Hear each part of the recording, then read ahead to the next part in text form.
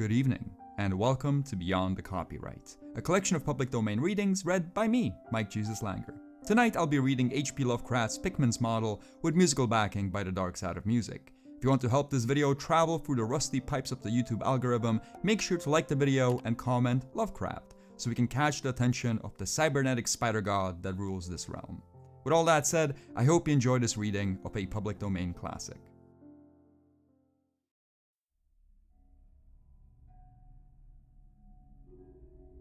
You needn't think I'm crazy, Elliot. Plenty of others have queerer prejudices than this. Why don't you laugh at Oliver's grandfather who won't ride in a motor? If I don't like the damn subway, it's my own business, and we got here more quickly anyhow in a taxi. We'd have had to walk up the hill from Park Street if we'd taken the car. I know I'm more nervous than I was when you saw me last year, but you don't need to hold a clinic over it. There's plenty of reason, God knows, and I fancy I'm likely to be sane at all. Why the third degree? You didn't used to be so inquisitive.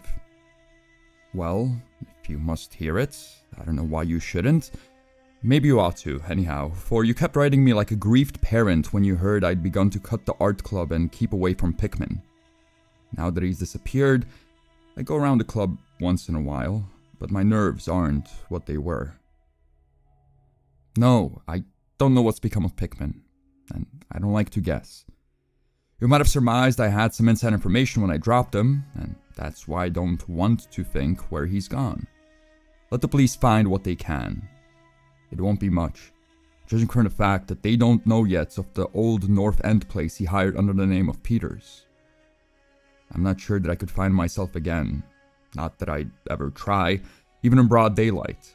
Yes, I do know, or I'm afraid I know, why he maintained it. I'm coming to that, and I think you'll understand before I'm through why I don't tell the police.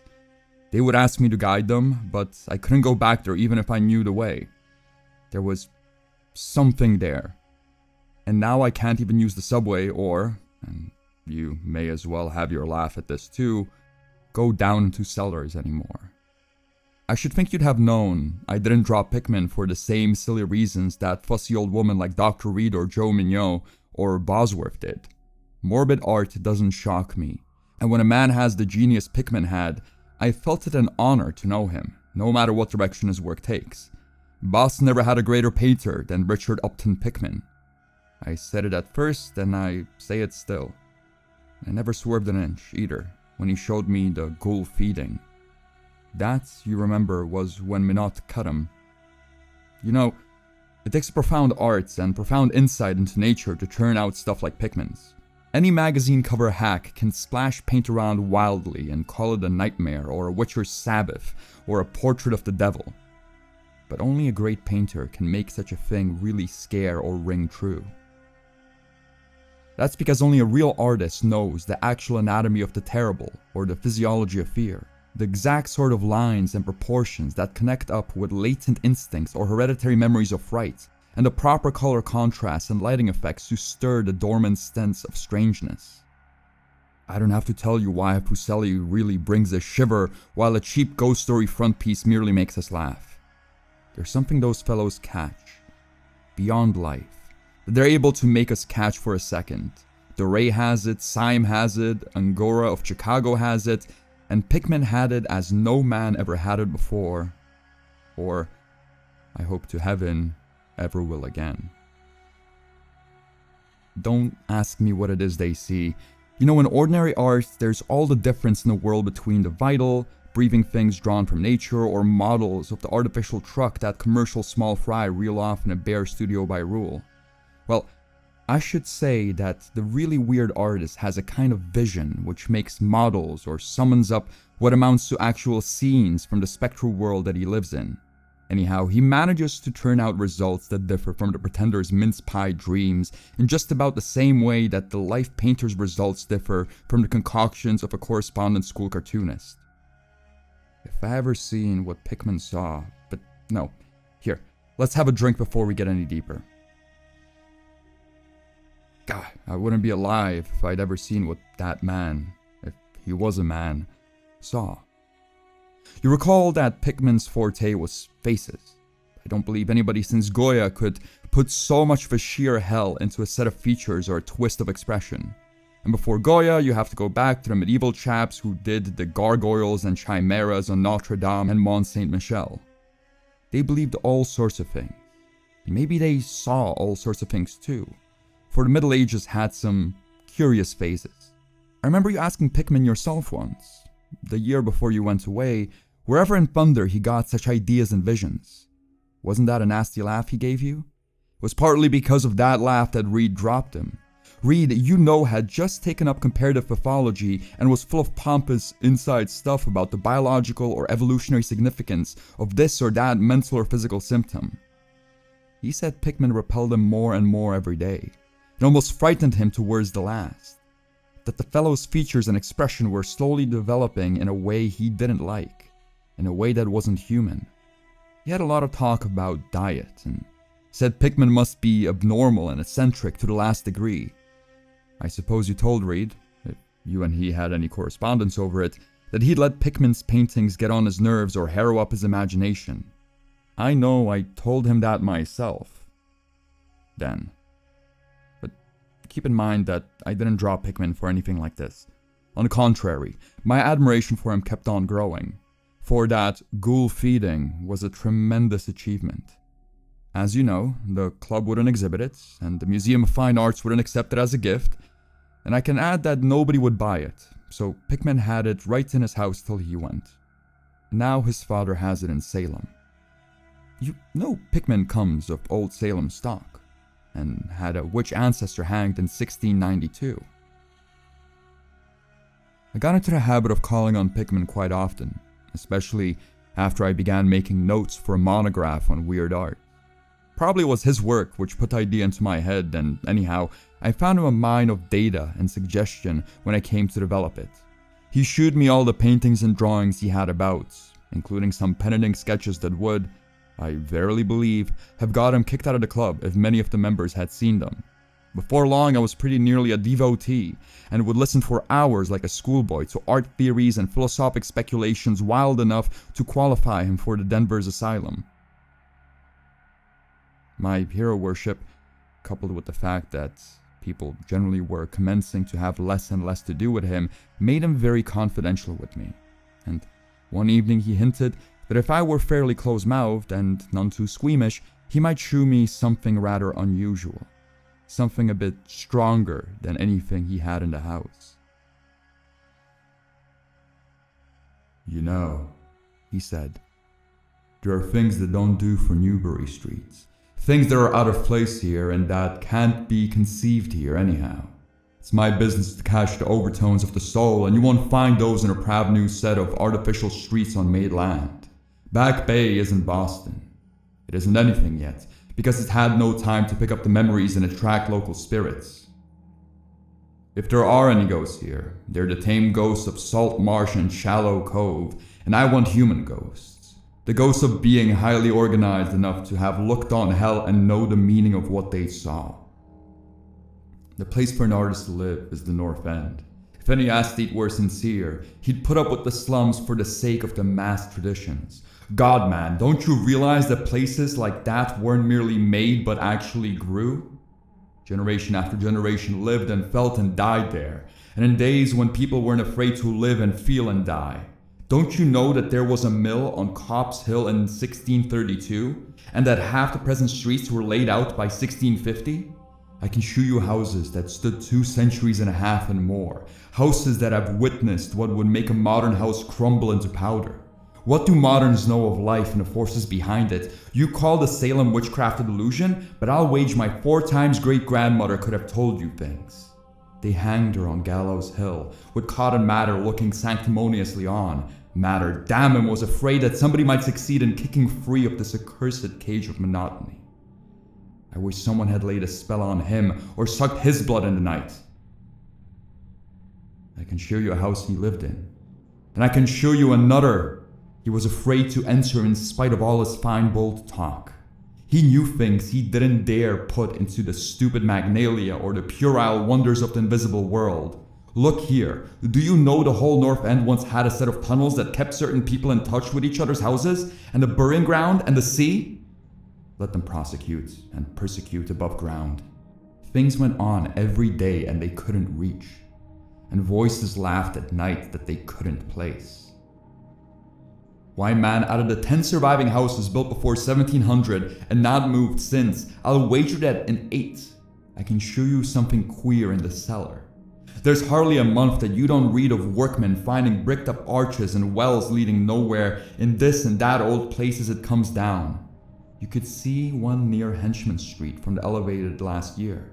There were witches and what their spells summoned, pirates and what they brought in from the sea, smugglers, privateers, and I tell you, people knew how to live and how to enlarge the bounds of life in the old times. This wasn't the only world a bold and wise man could know. And to think of today in contrast, with such pale pink brains that even a club of supposed artists gets shudders and convulsions if a picture goes beyond the feeling of a Beacon Street tea table. The only saving grace of the present is that it's too damn stupid to question the past very closely. What do maps and records and guidebooks really tell of the North End? At a guess, I'll guarantee to lead you to 30 or 40 alleys and networks of alleys north of Prince Street that aren't suspected by 10 living beings outside of the foreigners that swarm them. What do these Dagos know if they're meeting? No, Thurber. These ancient places are dreaming gorgeously and overflowing with wonder and terror and escapes from the commonplace. And yet there's not a living soul to understand or profit by them. Or rather, there's only one living soul. For I haven't been digging around in the past for nothing. See here, you're interested in this sort of thing. What if I told you that I've got another studio up there, where I can catch the night spirit of antique horror and paint things that I couldn't even think of in Newbury Street? Naturally, I don't tell those cursed old maids at the club, with Reed, damn him, whispering even as it is that I'm some sort of monster bound down the toboggan of reverse evolution. Yes, Thurber, I decided a long time ago that one must paint terror as well as beauty from life. So I did some exploring in places where I had reason to know terror lives. I've got a place that I don't believe 3 living Nordic men besides myself had ever seen. It isn't so very far from the elevated as distance goes, but it's centuries away as the soul goes. I took it because of the queer old brick well in the cellar, one of the sort I told you about. The shack's almost tumbling down, so that nobody else would live there, and I'd hate to tell you how little I pay for it. The windows are boarded up, but I like that all the better, since I don't want daylight for what I do. I paint in the cellar, where the inspiration is thickest, but I have other rooms furnished on the ground floor. Cecilia knows it, and I've hired it under the name of Peters. Now if you're game, I'll take you there tonight. I think you'd enjoy the pictures, for as I said, I've let myself go a bit there. It's no vast tour. Sometimes do it on foot, for I don't want to attract attention with a taxi in such a place. We could take the shuttle at the South Station for Battery Street, and after that, the walk isn't much. Well, Elliot, there wasn't much for me to do after that harangue, but to keep myself from running instead of walking for the first vacant cab we could sight. We changed to elevated at the South Station, and at about 12 o'clock had climbed down the steps at Battery Street and struck along the old waterfront past Constitution Wharf. I didn't keep track of the cross streets. Can't tell you which it was we turned up, but I know it wasn't Greenboro Lane. When we did turn, it was to climb through the deserted length of the oldest and dirtiest alley I ever saw in my life. With crumbling-looking gables, broken small-paned windows, and archaic chimneys that stood out half disintegrated against the moonlit sky. I don't believe there were 3 houses in sight that hadn't been standing in Cotton Mather's time. Certainly, I glimpsed at least 2 with an overhang, and once I thought I saw a peaked roof line of almost forgotten pre-gambrel type, though antiquarians tell us there are none left in Boston. From that alley, which had a dim light, we turned to the left into an equally silent and still narrower alley with no light at all, and in a minute made what I think was an obtuse angled bound toward the right in the dark. Not long after this, Pickman produced a flashlight and revealed an antediluvian 10-panel door that looked damnably worm-eaten. Unlocking it, he ushered me into a barren hallway with what was once splendid dark oak paneling. Simple, of course, but thrillingly suggestive of times of Andros and Phipps and the witchcraft. Then, he took me to a door through on the left, lighted an oil lamp, and told me to make myself at home. Now, Elliot, I'm what the man in the street would call fairly hard-boiled, but I confess that what I saw on the walls of that room gave me a bad turn. They were his pictures, the ones he couldn't paint or even show in Newbury Street. He was right when he said he had let himself go. Here, have another drink. I need one anyhow. There's no use in my trying to tell you what they were like, because the awful, the blasphemous horror, and the unbelievable loathsomeness and moral fetor came from simple touches quite beyond the power of words to classify. There was none of the exotic technique you see in Sidney Syme, none of the Transiturian landscapes and lunar fungi that Clark Ashton Smith uses to freeze the blood. The backgrounds were mostly old churchyards, deep woods, cliffs by the sea, brick tunnels, ancient paneled rooms, or simple vaults of masonry. Cop Hill's burying ground, which could not be many blocks away from this very house, was a favorite scene. The madness and monstrosity lay in the figures in the foreground, for Pickman's morbid art was preemptively one of demoniac portraiture. These figures were seldom completely human, but often approached humanity in varying degrees. Most of their bodies, while roughly bipedal, had a forward slumping and vaguely canine cast. The texture of the majority was a kind of unpleasant rubberiness. Ugh, you can see them now. Their occupations, well, don't ask me to be too precise. They were usually feeding. I won't say on what. They were sometimes shewn in groups, in cemeteries or underground passages, and often appeared to be in battle over their prey. Or rather, their treasure trove. And what damnable expressiveness Pickman sometimes gave the slightest faces of this charnel booty. Occasionally, things were shewn leaping through open windows at night, or squatting on the chests of sleepers, worrying at their throats. One canvas shewed a ring of them, baying about a hanged witch on Gallows Hill, whose dead face held a close kinship to theirs. But don't get the idea that it was all this hideous business of theme and setting which struck me faint. I'm not a 3-year-old kid, and I'd seen much like this before. It was the faces, Elliot. Those accursed faces that leered and salvered out of the canvas with every breath of life. By God, man, I verily believe they were alive. That nauseous wizard had walked the fires of hell in pigment, and his brush had been a nightmare-spewing wand. Give me that decanter, Elliot. There was one thing called the lesson. Heaven pity me that I ever saw it. Listen, can you fancy a squatting circle of nameless dog-like things in a churchyard teaching a small child how to feed like themselves? The price of a changeling, I suppose. You know the old myth about how the weird people leave their spawn in cradles in exchange for the human babes they steal? Pickman was showing what happens to those stolen babes, how they grow up, and then I began to see a hideous relationship in the faces of the human and the non-human figures. He was, in all his graduations of morbidity between the frankly non-human and degradedly human, establishing a sardonic linkage and evolution. The dog things were developed from mortals. And no sooner had I wondered what he made of their own young as left with mankind in the form of changelings, then my eye caught a picture embodying that very thought. It was that of an ancient Puritan interior, a heavily beamed room with lattice windows, a settle, and clumsy 17th century furniture, with the family sitting about while the father read from the scriptures. Every face but one shewed nobility and reverence, but that one reflected the mockery of the pit. It was that of a young man in years, and no doubt belonged to a supposed son of that pious father, but in essence, it was the kin of the unclean things. It was their changeling. And in a spirit of supreme irony, Pickman had given the features a very perceptible resemblance to his own.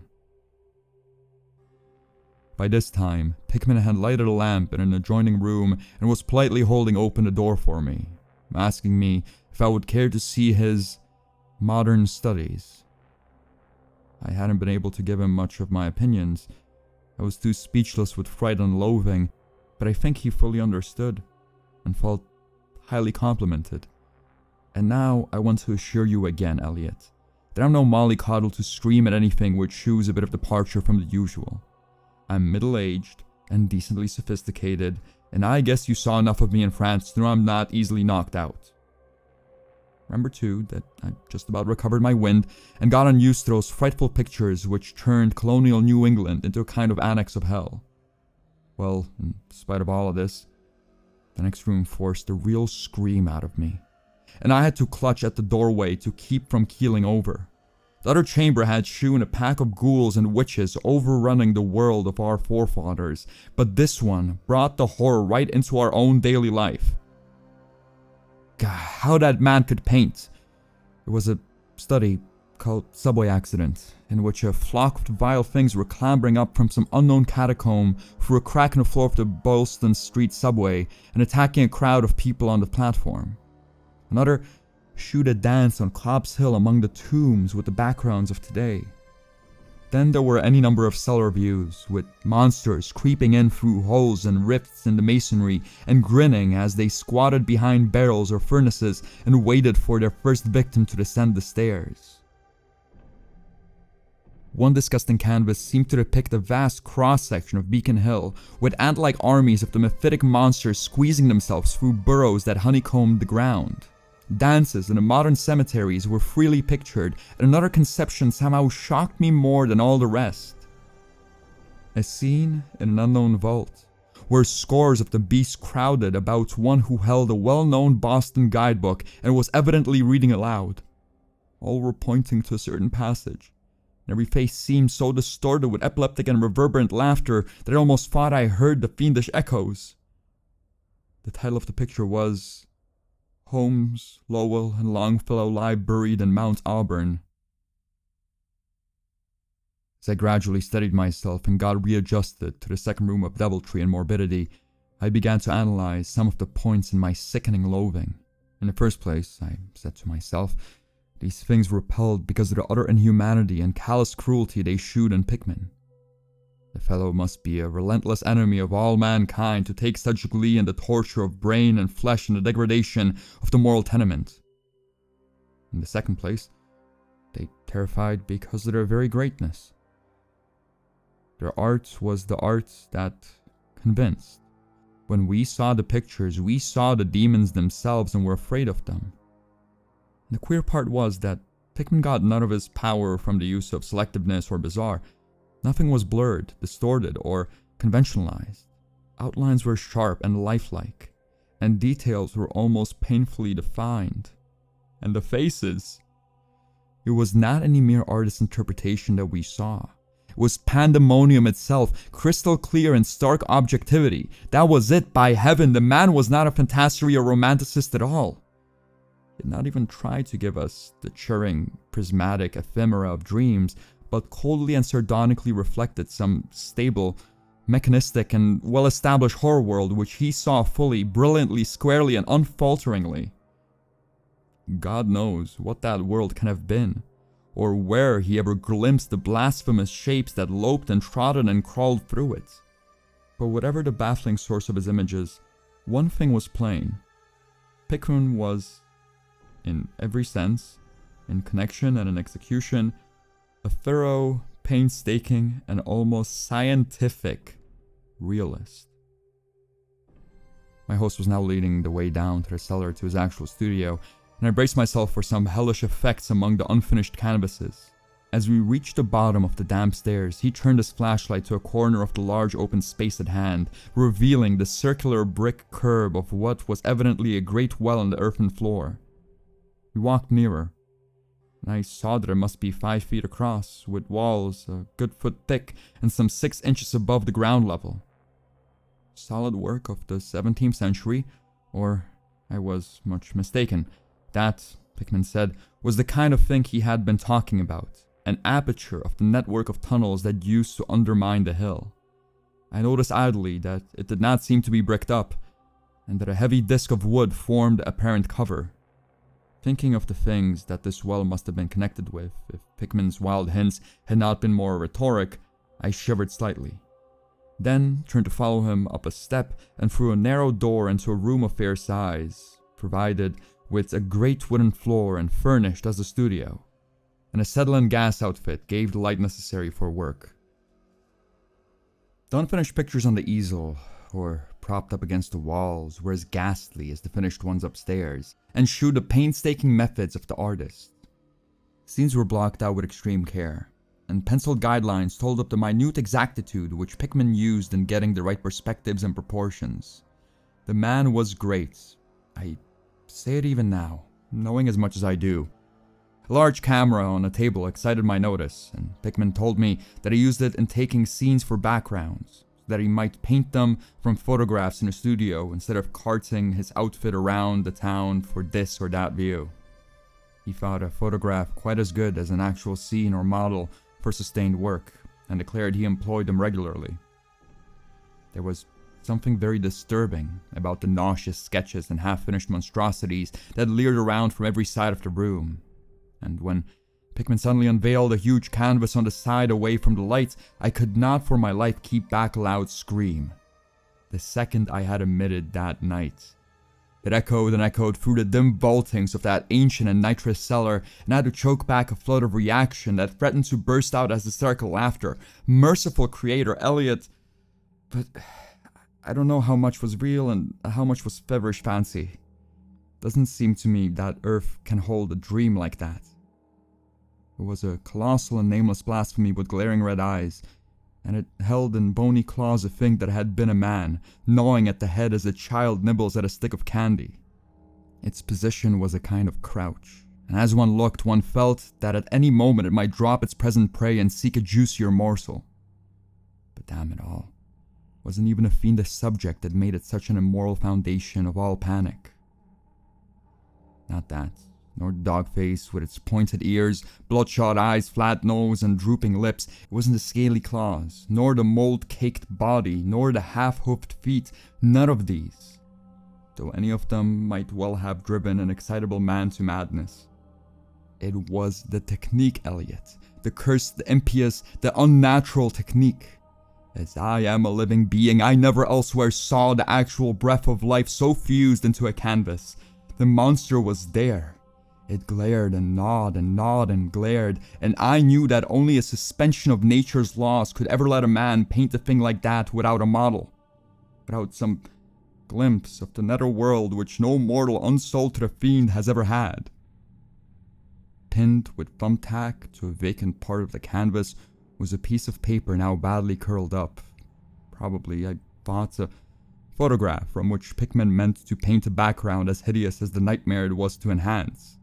I reached out to uncurl and look at it, when suddenly I saw Pickman start as if shot. He had been listening with peculiar intensity ever since my shock scream had waked unaccustomed echoes in the dark cellar, and now he seemed struck with a fright which, though not comparable to my own, had in it more of the physical than of the spiritual. He drew a revolver and motioned me to silence, then stepped out into the main cellar and closed the door behind him. I think I was paralyzed for an instant, imitating Pickman's listening. I fancied I heard a faint scurrying sound somewhere, and a series of squeals or bleats in a direction I couldn't determine. I thought of huge rats and shuddered. Then there came a subdued sort of clatter which somehow set me all in gooseflesh. A furtive, groping kind of clatter, though I can't attempt to convey what I mean in words. It was like a heavy wood falling on stone or brick. Wood on brick? What did that make me think of? Came again, and louder. It was a vibration, as if the wood had fallen further than it had fallen before. After that, followed a sharp grating noise. A shouted gibberish from Pickman, and the deafening discharge of all 6 chambers of a revolver, fired spectacularly as a lion tamer might fire in the air for effect. A muffled squeal or squawk, and a thud. Then more wood and a brick grating. A pause, and then the opening of the door, at which, I'll confess, I started violently. Pickman reappeared with a smoking weapon, cursing the bloated rats that infested the ancient well. "The deuce knows what they eat, Thurber," he grinned. "For those archaic tunnels touch graveyard and witch den and seacoast. But whatever it is, they must have run short, for they were devilishly anxious to get out. Your yelling stirred them up, I fancy. Better be cautious in these old places. Our rodent friends are the one drawback. though I sometimes think they're a positive asset by the way of atmosphere and color. Well, Elliot, that was the end of the night's adventure. Pickman had promised to shew me the place, and heaven knows he had done it. He led me out of the tangle of alleys in another direction, it seems, for when we sighted a lamppost, we were in a half-familiar street with monotonous rows of mingled tenement blocks and old houses. Charter Street, it turned out to be, but I was too flustered to notice just where we hit it. We were too late for the elevated, and walked back downtown through Hanover Street. I remember that walk. We switched from Tremont up to Beacon, and Pickman left me at the corner of Joy, where I turned off. I never spoke to him again. Why did I drop him? Don't be impatient. Wait till I ring for coffee. We've had enough of the other stuff. But I for one need something. No, it wasn't the paintings I saw in that place. Though I'll swear they were enough to get him ostracized in 9/10 of the homes and clubs in Boston. And I guess you won't wonder now why I have to steer clear of subways and cellars. It was something I found in my coat the next morning. You know, the curled up paper tacked to that frightful canvas off the cellar, the thing I thought was a photograph of some scene he meant to use as a background for that monster. That last scare had come while I was reaching to uncurl it, and it seems I'd vacantly crumpled it up into my pocket. But here's the coffee. Take it black, Elliot, if you're wise. Yes, the paper was the reason I dropped Pickman. Richard Upton Pickman, the greatest artist I have ever known, and the foulest being that ever leaped the bounds of life into the pits of myth and madness. Elliot, old Reed was right. He wasn't strictly human. He was born in a strange shadow, or he'd found a way to unlock the forbidden gate. It's all the same now, for he's gone. Back into the fabulous darkness he loved to haunt. Here, let's have the chandelier going. Don't ask me to explain or even conjecture about what I burned. Don't ask me either what lay behind the mole-like scrambling Pickman was so keen to pass off as rats. There are secrets, you know, which might have come down from the old Salem times, and Cotton Mather tells even stranger things. You know how damned lifelike Pickman's paintings were? How we all wondered where he got those faces? Well, that paper wasn't a photograph of any background after all. What it showed was simply the monstrous being he was painting on that awful canvas. It was the model he was using, and its background was merely the wall of the cellar studio and minute detail. But by God, Elliot, it was a photograph from life.